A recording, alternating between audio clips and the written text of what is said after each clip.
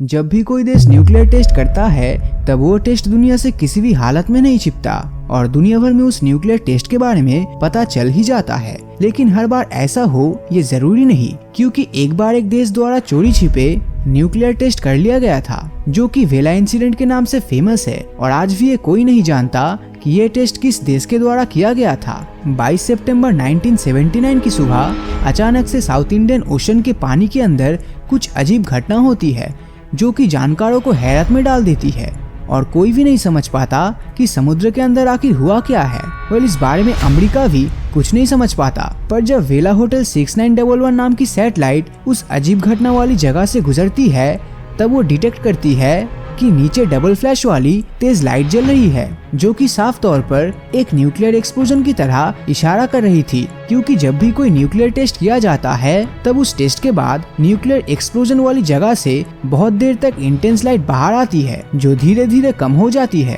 इस तरह की लाइट बताती है कि जो न्यूक्लियर एक्सप्लोजन हुआ है उसे किसी अलग तरीके से अंजाम दिया गया है, और ये तरीका मैनमेड भी हो सकता है या फिर प्राकृतिक भी। लेकिन इस सब में सबसे अजीब बात तो ये थी कि जिस जगह पर ये एक्सप्लोजन हुआ था वो कोई ऐसी वैसी जगह नहीं थी, बल्कि हमारी धरती की एक बहुत ही सुंदर जगह थी, जो अफ्रीका और एंटार्क्टिका के बीच इंडियन ओशन में मौजूद थी, और जिसके पास फ्रांस और साउथ अफ्रीका के भी 2 आइलैंड मौजूद थे। आप सभी को जानकर हैरानी होगी कि जिस समय ये एक्सप्लोजन हुआ था तब समुद्र के अंदर टाइफून पैदा हो गया था, जो ये जाहिर तौर पर बता रहा था कि जिस किसी के द्वारा भी उस जगह पर न्यूक्लियर एक्सप्लोजन किया गया था वो इसे एक्सप्लोजन की दुनिया से गुप्त रखना चाहता था। और यही वजह थी कि साइंटिस्ट को इसके बारे में जानने का और भी ज्यादा इंटरेस्ट आ गया था। वेला सैटेलाइट द्वारा डिटेक्ट की गई एक्सप्लोजन साइट को डिटेक्ट करने के बाद अमेरिका और नेटो द्वारा इस बारे में जांच शुरू कर दी गई थी, क्योंकि अभी तक कोई भी ये समझ नहीं पाया था कि ये एक्सप्लोजन कैसे हुआ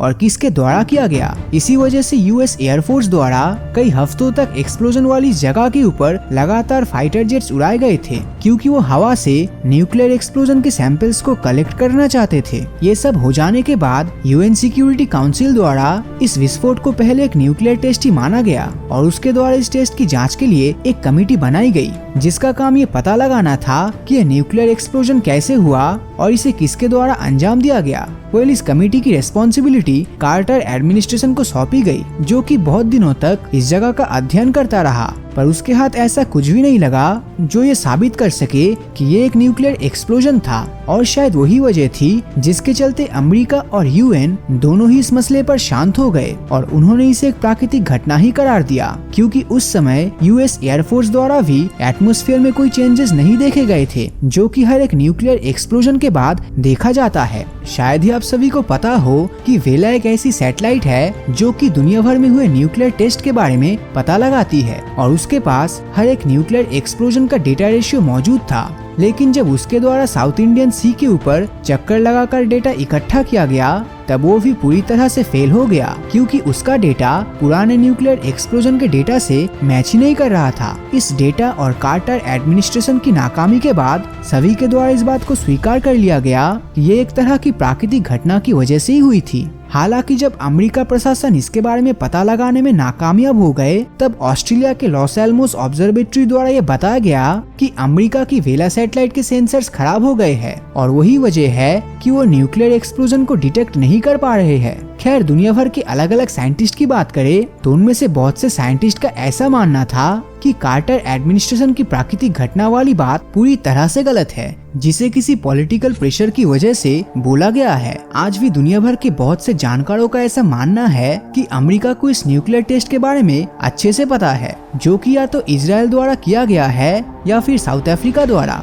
आप सभी को जानकर आश्चर्य होगा कि ऐसा माना जाता है कि इजराइल के पास 1940 से ही न्यूक्लियर वेपन बनाने की टेक्नोलॉजी मौजूद थी। पर हैरत की बात तो ये है कि आज तक इजराइल द्वारा कोई भी न्यूक्लियर टेस्ट नहीं किया गया है, जो इस बात की ओर पक्का इशारा करता है कि इजरायली इस न्यूक्लियर एक्सप्लोजन के पीछे हो सकता है, जिसे अमेरिका द्वारा छिपाया जा रहा है। खैर, जो भी हो, पर कई लोग ये भी कहते हैं कि इस टेस्ट को साउथ अफ्रीका और इजराइल दोनों के द्वारा ज्वाइंट रूप से अंजाम दिया गया था, क्योंकि जिस साल में ये एक्सप्लोजन हुआ था उस साल साउथ अफ्रीका दुनिया भर का विरोध झेल रहा था और इजराइल अपने पड़ोसियों से युद्ध कर रहा था। इस तरह इजराइल द्वारा साउथ अफ्रीका के करीब मौजूद इंडियन ओशन में ये टेस्ट किया गया था, क्योंकि वो साउथ अफ्रीका की मदद से दुनिया की नजरों में आए बिना ही इस टेस्ट को पूरा कर सकते थे। अब आप सभी ये सोच रहे हैं कि आखिर अमेरिका ने इस टेस्ट को इतना ज्यादा छिपाया क्यों? वेल, ऐसा इसलिए क्योंकि इजराइल और साउथ अफ्रीका दोनों ही अमेरिका के अच्छे दोस्त है और अमेरिका अपनी दोस्ती निभाने और बेहतर रिलेशन रखने के लिए ये सच छिपा रही है।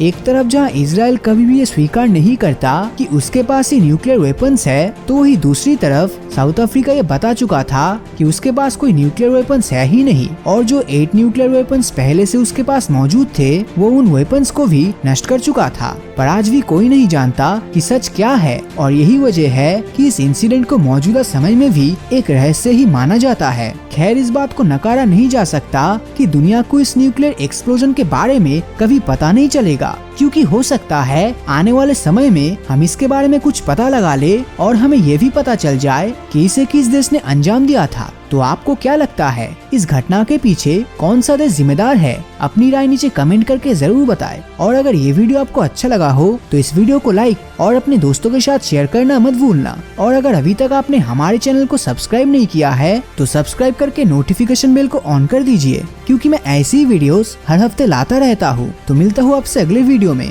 और हमेशा की तरह थैंक्स फॉर वॉचिंग।